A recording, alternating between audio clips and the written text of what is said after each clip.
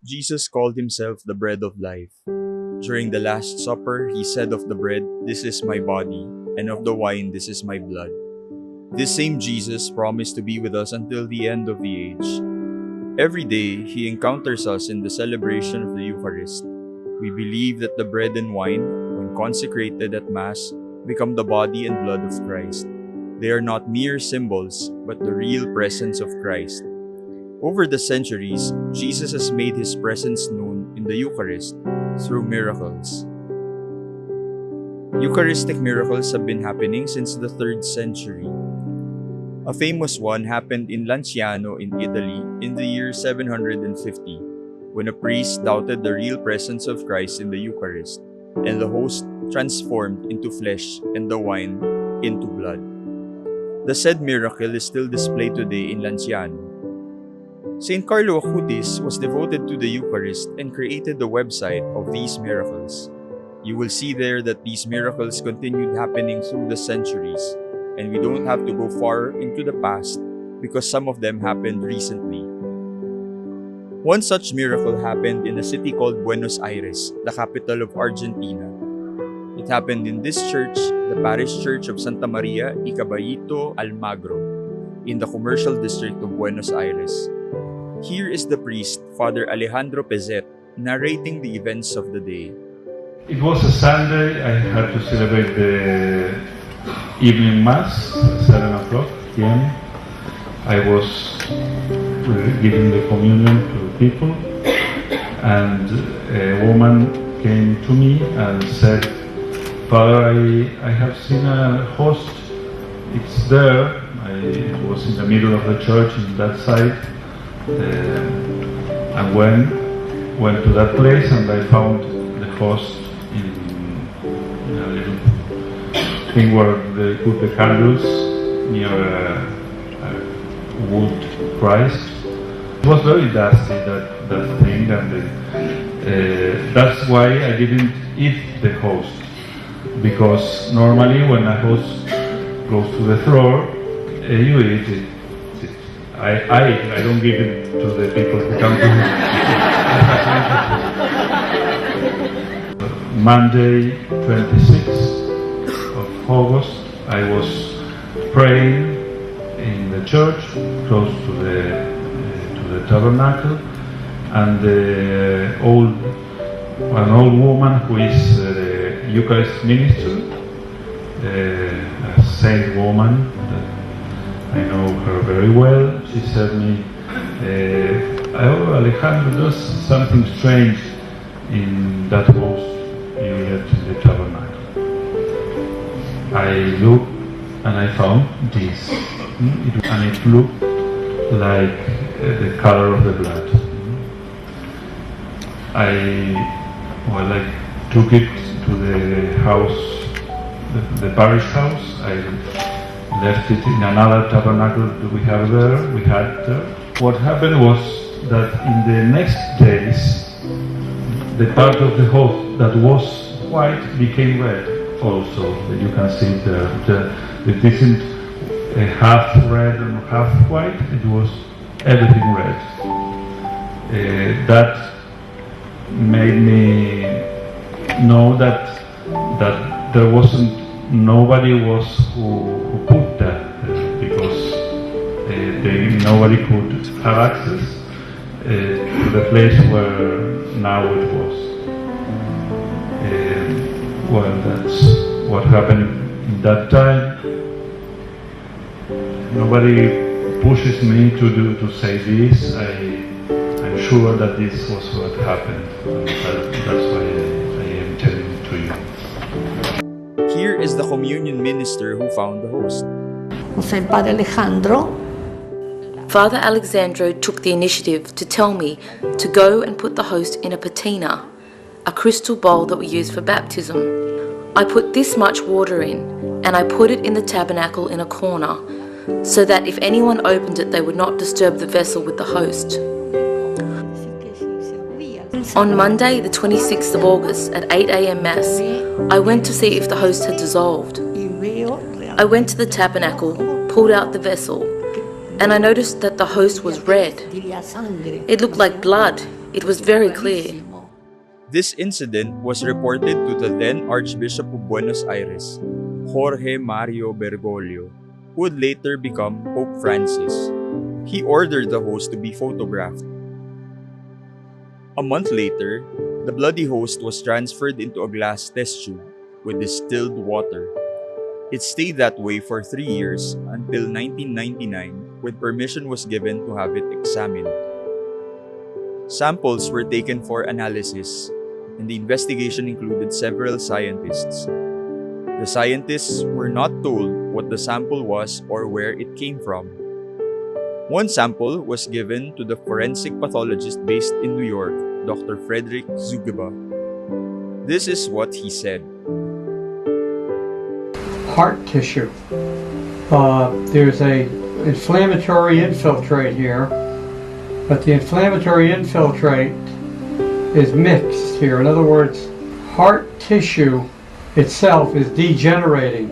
In other words, this is what happens sometimes after a heart attack. This is a person that had a heart attack. The person had to have lived a period of time after this. At least a few days, at least after this. Now, there's other things that can cause this type of a item that resembles a heart attack. In automobile accidents, where they get chest crushes and it causes damage to the heart. You get it from a person getting beat up across the chest. You get coronary injuries from that. You get coronary injuries from people who gave CPR incorrectly and a person comes out of it. That area may die off. If, say, the injury hit this area of the heart, right here, that person would probably die because that's a major anterior descending coronary artery, left main circumflex artery.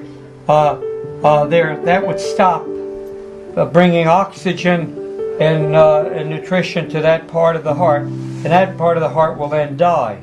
If it was over here, then this part of the heart would die. The rest of the heart would look perfectly fine. You know, I've written over 100 papers in cardiology. I was director of cardiovascular research with the Veterans Hospital. I'm a full fellow in the American College of Cardiology, as well as being a forensic pathologist.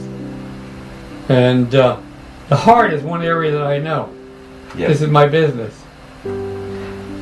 By the folds of it, it's really not too far. It's not too far from the valvular area. I think it actually comes from about right in this area, right in here. And what's the function of that part of the heart? That's the left ventricle. That's a major area that pumps the blood to all parts of the body. That's the left ventricle is when all the blood comes back to the heart, and the heart contracts and shoots the blood out to the brain and to all other parts. It has to be shot out through there.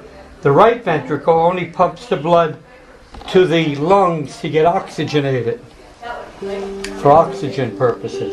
No. Now, what's the history? Dr. Zugerby was then told the history of the sample. His first reaction was brief. That is amazing.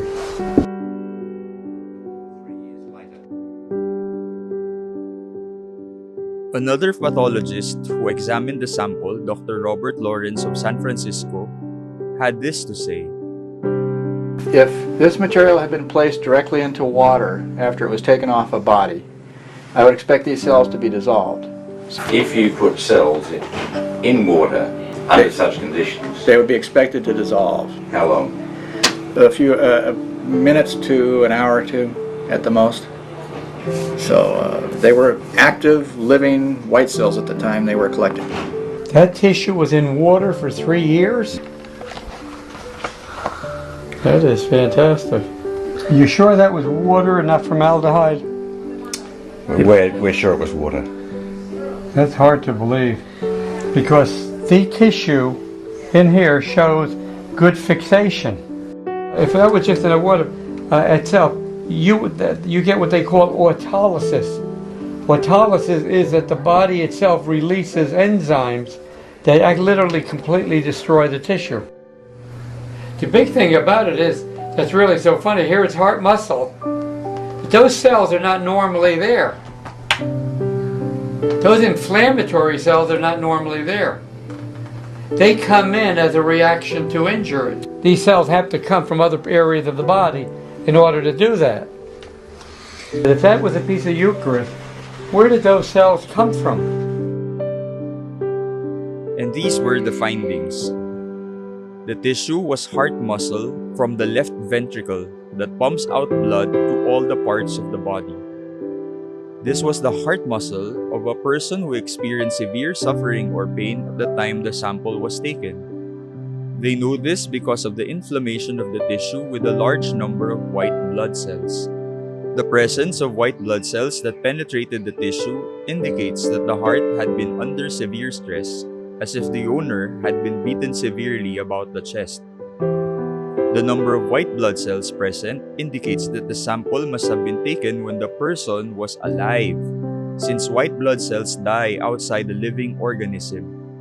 The white blood cells must come from other parts of the body.